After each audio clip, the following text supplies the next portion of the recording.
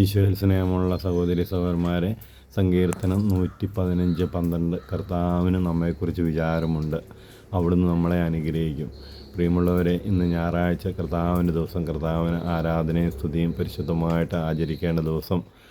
യാക്കോബ് 4:8 പറയുന്നു, കർത്താവിനോട് ചേർന്ന് നിൽക്കുക, അവിടുന്ന് നിങ്ങളോടും ചേർന്ന് നിൽക്കും.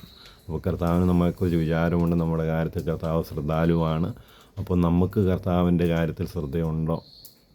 യാക്കോബ് പറയുകയാണ്, ദൈവത്തോട് ചേർന്ന് നിന്നാൽ അവിടെ നമ്മളോടും ചേർന്ന് നിൽക്കും.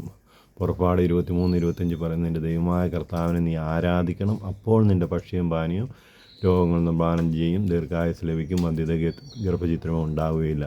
അപ്പോൾ ദൈവത്തെ ആരാധിക്കുമ്പോഴാണ് നമുക്ക് സാമ്പത്തിക മേഖലയിൽ അനുഗ്രഹം കിട്ടുന്നത്, രോഗപീഠകളിൽ നിന്ന് സംരക്ഷണം കിട്ടുന്നത്, അപകടങ്ങളിൽ നിന്ന് സംരക്ഷണം കിട്ടുന്നത്, ഗർഭചിത്രമോ വന്ധ്യത, അതായത് മക്കളില്ലാത്ത അവസ്ഥയിൽ നിന്ന് മക്കൾ ഉണ്ടാകുന്ന അവസ്ഥയിലേക്ക് വരുന്നത്.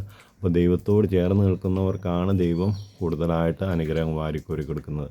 ഇന്നത്തെ ദിവസം കർത്താവിനോട് ചേർന്ന് നിൽക്കുവാൻ, കർത്താവിനെ ആരാധിക്കുവാൻ, പരിശുദ്ധമായിട്ട് ആചരിക്കാനുള്ള കൃപയ്ക്ക് വേണ്ടി നമുക്ക് പ്രാർത്ഥിക്കാം. കർത്താവിൻ്റെ പരിശുദ്ധ നാമത്തിൽ ഇന്നേ ദിവസം നമ്മൾ സംരക്ഷിക്കപ്പെട്ടെ, എല്ലാ അപകടങ്ങളും രോഗങ്ങളും സാത്താൻ്റെ എല്ലാ കെണികളിൽ നിന്നും സംരക്ഷിക്കപ്പെടട്ടെ. പരിശുദ്ധ അമ്മയുടെ വിമല ഹൃദയത്തിലേക്ക് നമ്മൾ തന്നെ പ്രതീക്ഷിക്കാം. അമ്മയുടെ നീലയും കണ്ട് നമ്മളെ പൊതിയണമേ എന്ന് പ്രാർത്ഥിക്കാം.